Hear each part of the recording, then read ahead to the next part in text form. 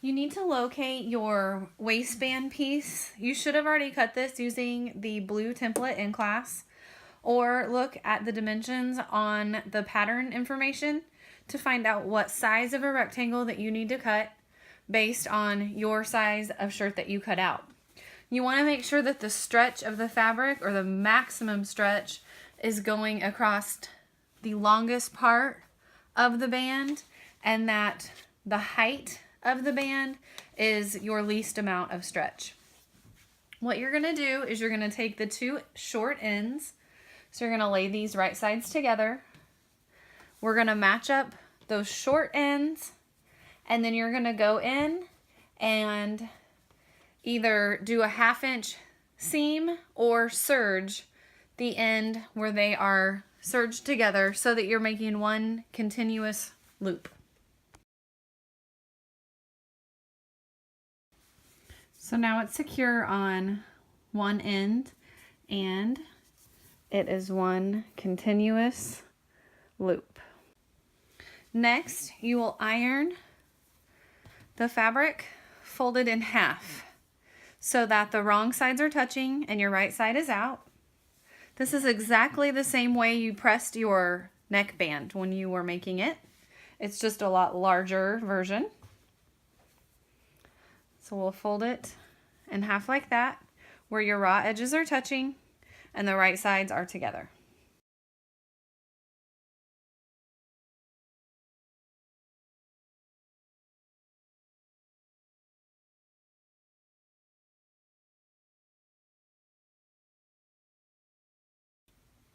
Just as we had done on making the neckband, we're going to find quarter points on the shirt.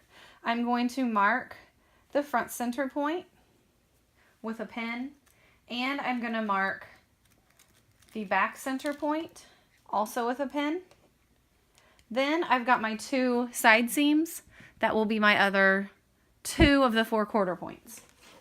Then on the waistband, you're going to have one of your quarter points actually be the seam. I actually sewed my fabric with 2 small rectangles instead of 1 long one, so I actually have 2 seams that for me will go on the side of my shirt. So those are on the end. Those are 2 of my 4 quarter points. And then halfway between there and there is 1 quarter point in the front and 1 in the back. I'm actually going to reverse that so that it's on the raw edge.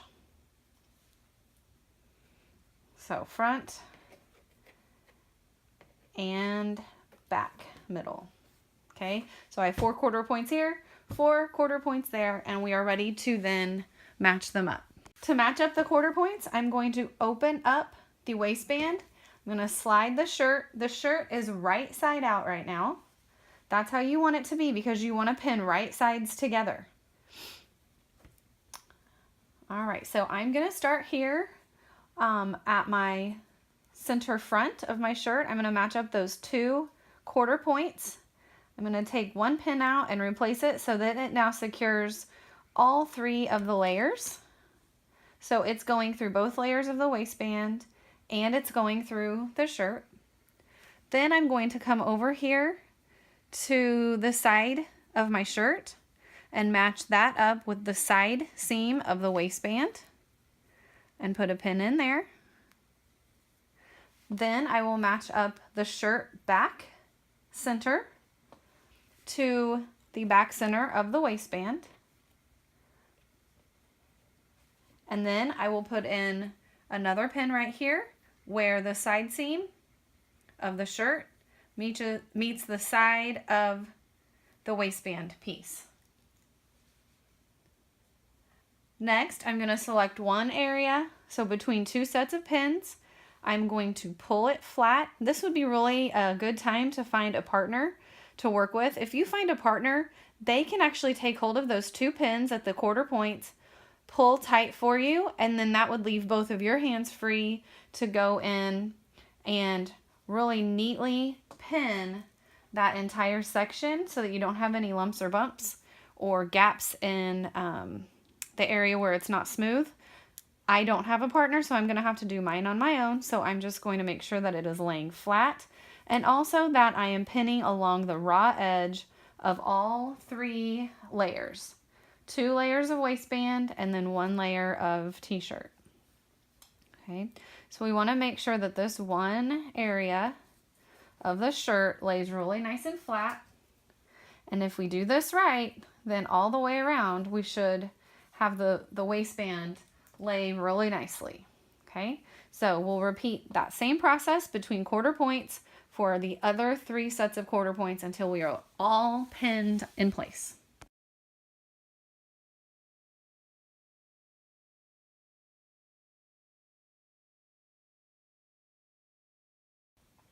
So we now have the waistband pinned on completely.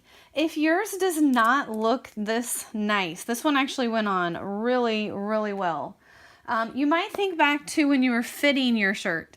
Did you use a wider seam allowance than 1/2 of an inch? Did you cut away several inches of your fabric on the sides of your raglan? Or did you use maybe a more narrow seam allowance when you were sewing your shirt?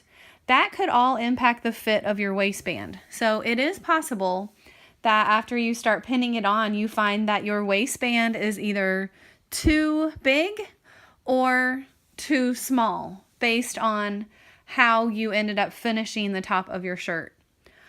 So if you need help with that in class, let me know. If the waistband is too big, all you would do is you would take it off, flip it back to where it is wrong side out with right sides touching, and you would sew in a wider seam allowance to make the waistband become smaller. Okay. If the waistband is too small and you just can't stretch it enough to make it fit, we may end up having to put extenders in on the sides, or if there was enough extra fabric, to cut a new one.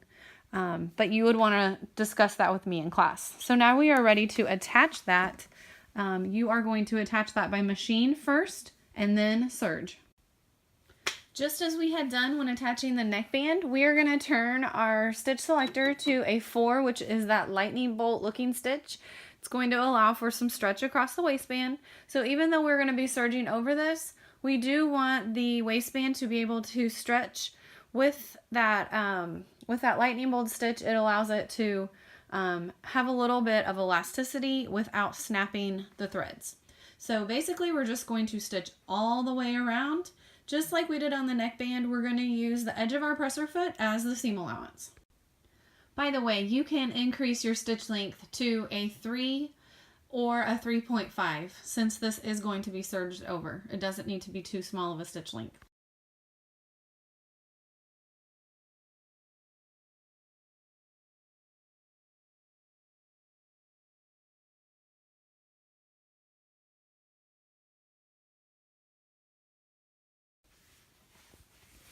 Before serging, you want to look over and make sure you got all of your shirt sewn in, that you didn't miss any areas, that there's no holes.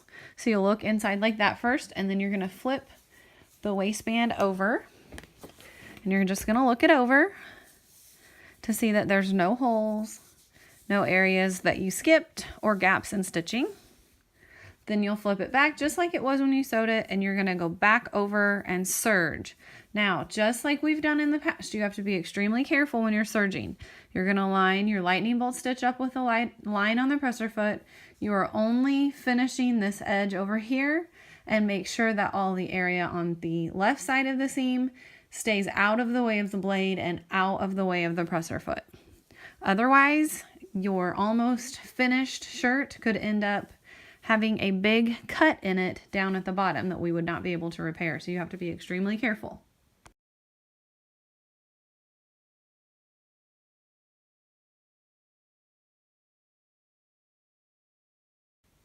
Just to make everything look a little bit nicer, you're gonna turn your shirt right side out, and you are going to press the seam so that it lays flat. And so we'll just go around and make sure that we're pressing it. and it'll just help that seam where you just serged lay down a little bit nicer.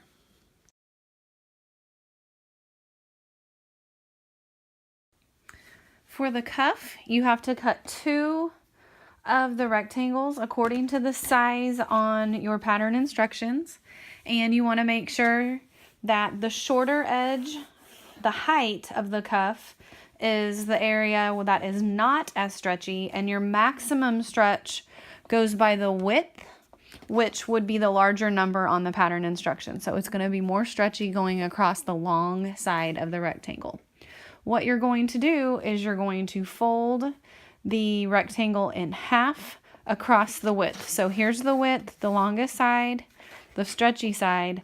We are going to fold the fabric in half, right sides together, and then you will go in and you'll do a 1/4 inch seam or serge the edge at a 1/2 inch seam, or serge the edge across here at a 1/2 inch. Here is what your sleeve cuff will look like once you have serged the edge, and you'll want to repeat that process exactly the same way with your other rectangle. So now what you're going to do is you're going to take this cuff and you're going to flip it so that it is folded in half with the right sides out and the wrong sides touching. So picture this on your arm. That's the cuff, so it's going to go around the bottom of your sleeve. Make sure that it fits really well, that it's comfortable how you like it to fit. And then you'll repeat that with the other cuff. All right, so I've got the shirt turned right side out. I'm going to take the cuff, and you may want to press yours. Mine actually just folded over really well. Probably you will want to press yours if it's not lining up. I'm going to take the folded edge, and I am going to look for the seam. So I've got the folded edge facing the sleeve. I'm going to grab the sleeve. I got the seam of the sleeve laying right here. I'm going to grab the sleeve and pull it through the inside of the cuff until the raw edges are lined up. And if you would want to do 1/4 points like you did on the neckband and like you may have done on the waistband, you could. But I find that on sleeves, it's a small enough area that I usually don't need to do the 1/4 points. I am going to start by matching up my seam of my cuff to the seam of the sleeve so that that's the area that I can match. And then I will just pin so that the cuff and the sleeve line up right sides together, raw edges touching.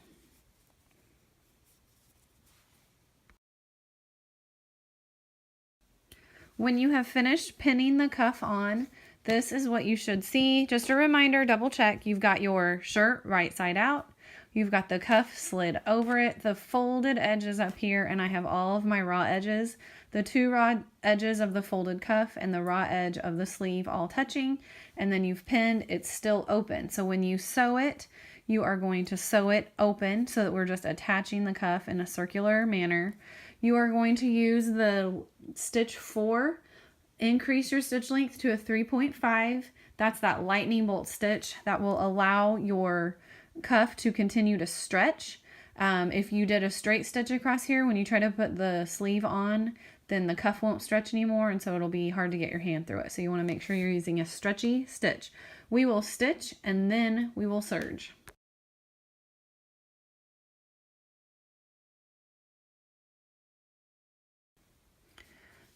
You have now stitched the cuff on, and you just want to go around and make sure that you have sewn all the layers. You're also going to flip it so that it is right side out, and make sure that you don't have any puckers or any areas that have gaps or breaks in the stitching. Then you can flip it back out, and you'll go in and serge around the edge just like we've done all along. You'll line up on the presser foot with your lightning bolt stitch, and you'll be serging this edge. Careful not to get any of the fabric on the left hand side caught under the blade or the presser foot.